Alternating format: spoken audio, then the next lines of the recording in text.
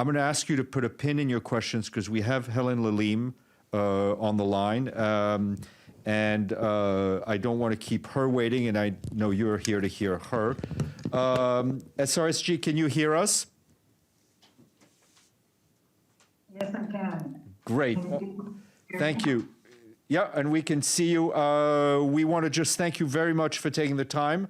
You have an eager audience here, so I will turn over the floor to you to make some opening remarks, and then we will take, we have time for a few questions. Please go ahead. Thank you very much, and thank you for being there and for your interest in me at this difficult time. I need to stop for a second. There was a terrible echo. Yeah, we're going to try to... Okay, got it. Okay. We are facing a very serious situation in the country right now. President Jovenel was assassinated in a cowardly way just 2 days ago. We continue to stand with the people of Haiti and the national authorities. We have been working very hard and very closely with all Haitian stakeholders at this moment. We are encouraged by the resilience that they have demonstrated. The people of Haiti have remained calm in the aftermath of such a national tragedy. We continue to, in our outreach efforts, to encourage all national stakeholders to remain united. Our message is that stakeholders need to set aside their differences and to chart a common way forward and overcome this difficult moment in a peaceful manner. Yesterday, you saw that we held meetings with the core group. Yesterday afternoon, the Prime Minister asked to meet with the core group. During that meeting, he assured us that his government is committed to dialogue and to continuing with the process to hold elections according to the electoral calendar that was released just last week. If you're following what's going on in Haiti, you saw that a number of arrests have been made, that the police are working very hard to arrest this commando that entered the compound and attacked the president and the first lady. All efforts must be made to bring these perpetrators to justice. It is too early for me to comment on exactly what went on and the circumstances surrounding this abhorrent act of violence. National investigations have started. They will continue, and we will continue to wait for further developments and to assist as we can. Let me stop there. Thank you very much, SRSG. We'll start with Edie Leder of Associated Press. Edie? Thank you very much, Ms. La Lime. On behalf of the United Nations Correspondents Association, thank you very much for doing this briefing. Do I hear? Okay. Can you hear us? Could you hear me? No. All right. Now I can, now I can. Okay, good. I'll speak a little louder. I said thank you on behalf of the United Nations Correspondents Association for doing this briefing. We appreciate it. I have 3 quick questions.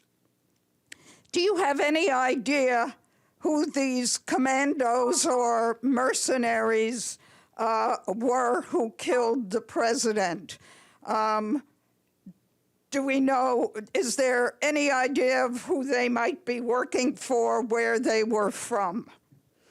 And second question, which I'm sure everybody would like to know, where was the president's security detail, and how come none of them were killed or wounded? And thirdly, what are your thoughts about the current interim prime minister? Should he stay on and organize the election, or should he step aside for some other person or group? Thank you. Thank you. Please go ahead. I don't know who this commando is. All the information that I have, I think, is the same one that you have. One that is available and that the Prime Minister informed us of is that this commando with people speaking Spanish, and there was some English, and posing as a DEA force invaded the presidential compound and killed the president. With regard to the other questions that you have asked, these are all questions that we have, and we're going to have to wait. We're going to have to wait for the investigations to take place, for the police to do their job, and then we will know. What we are pushing for, and what the government is very serious about, is ensuring that these guys are caught, and that they are brought to justice. With regard to the current Prime Minister Joseph,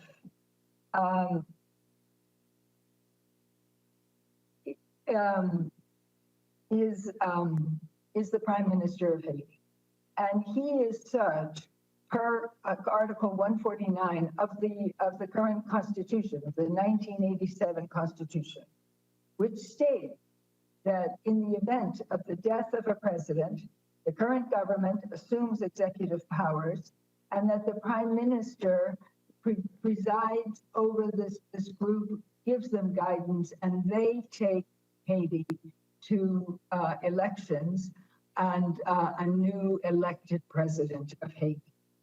There certainly are tensions. There are certainly people on all sides of this issue having different interpretations of Article 149. That's why it's important that dialogue happen, and that the Haitian authorities and Haitian stakeholders have a dialogue so that a way forward can be charted, one that gives the people of Haiti the opportunity to decide who their next government is. Thank you. James Bays, Al Jazeera. Special Representative, there are some suggestions that perhaps this was in part an inside job. Given that, and given the situation in Haiti, is the criminal justice system in Haiti up to this investigation? Do they need international help?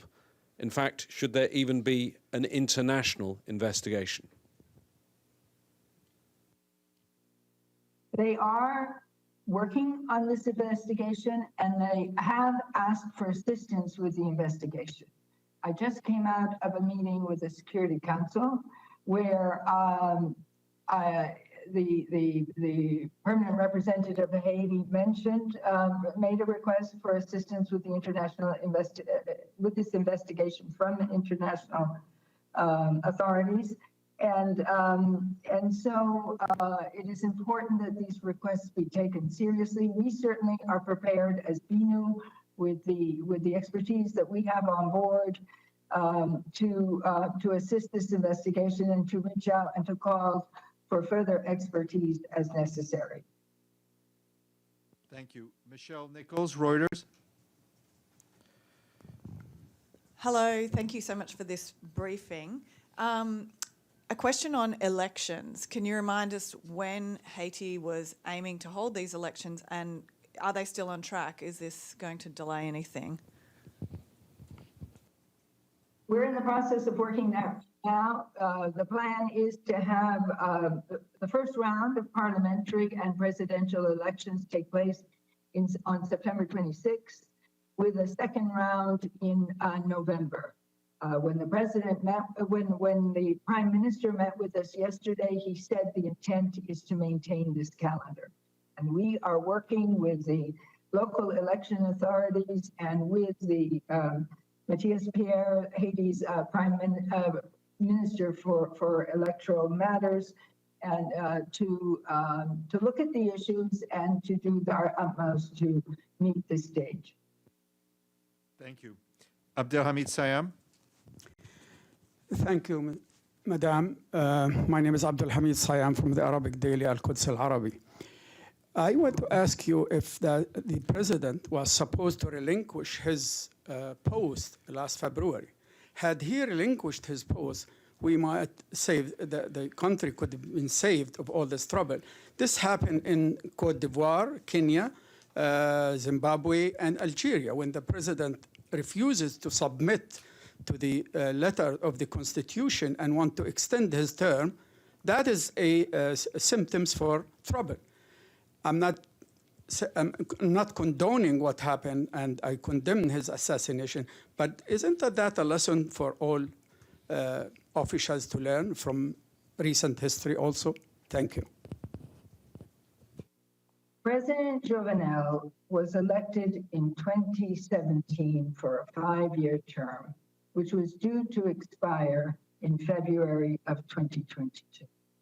And it was in that context that he was working to organize elections and to organize a referendum. Unfortunately, he was killed. And so it is now up to the government of Haiti and the people of Haiti to work so that elections take place and the people of Haiti are able to choose their leaders.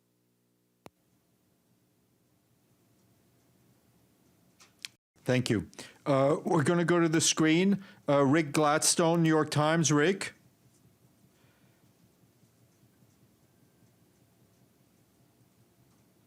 Thank you, Ambassador. Thank you very much for the briefing. What about the prime minister that the assassinated president had chosen to succeed Mr. Joseph? What do you say to him? You seem to be backing Mr. Joseph's claim to legitimacy as the prime minister of Haiti. There seem to be two prime ministers of Haiti.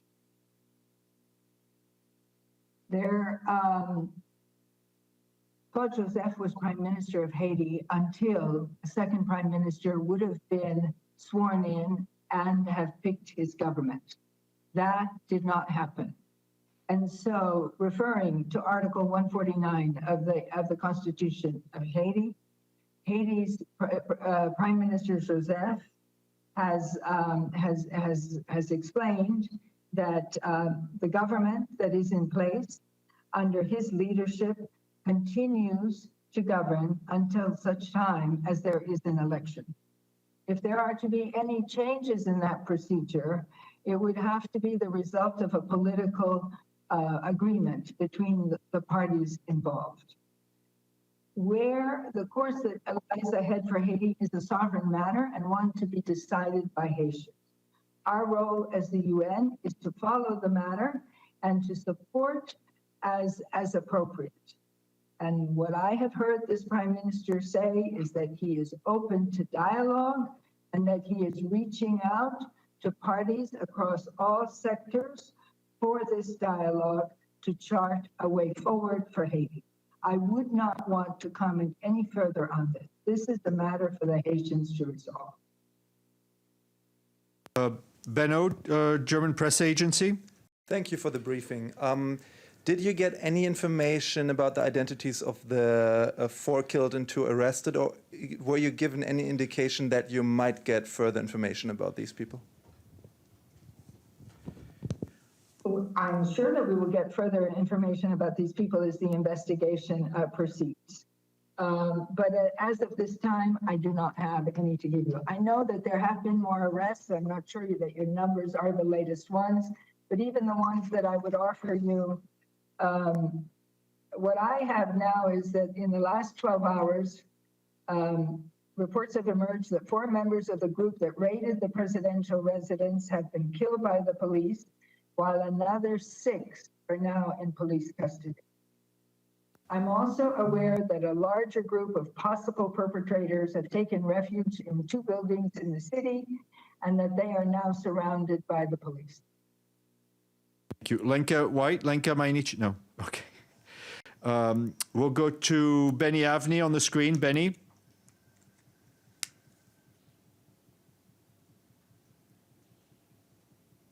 Sorry.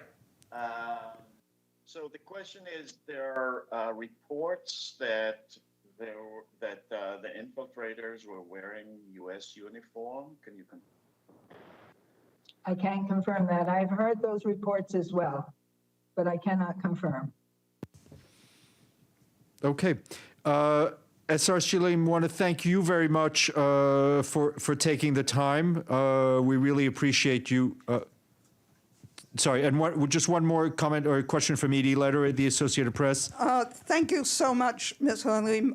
A question that I think all of us would like to know.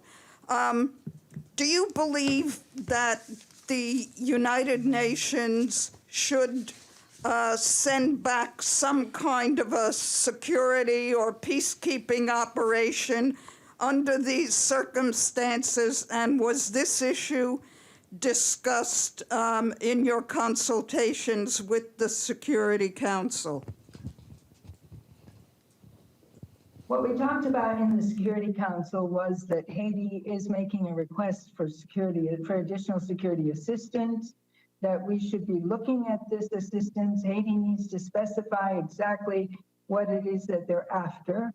And in the meantime, we need to continue to use the technical assistance that we have on ground, maybe to render it more dynamic, so that we can call on additional support. But the key is in the next 2 weeks. We've got to really be working in the most effective way to ensure that this investigation moves forward and that the perpetrators of this horrible crime are brought to justice. And that's exactly what we intend to do. Listening, talking to the Haitians, specifying assistance requests, and responding to them as is possible. Great. Thank you very much. And thank you for taking the time to speak to us. And we hope to see you back virtually or in person. Thank you. Thank you. Thank you very much. All right, we'll go back to the regular programming, unless if you have questions. Yes, Edie and then Benno.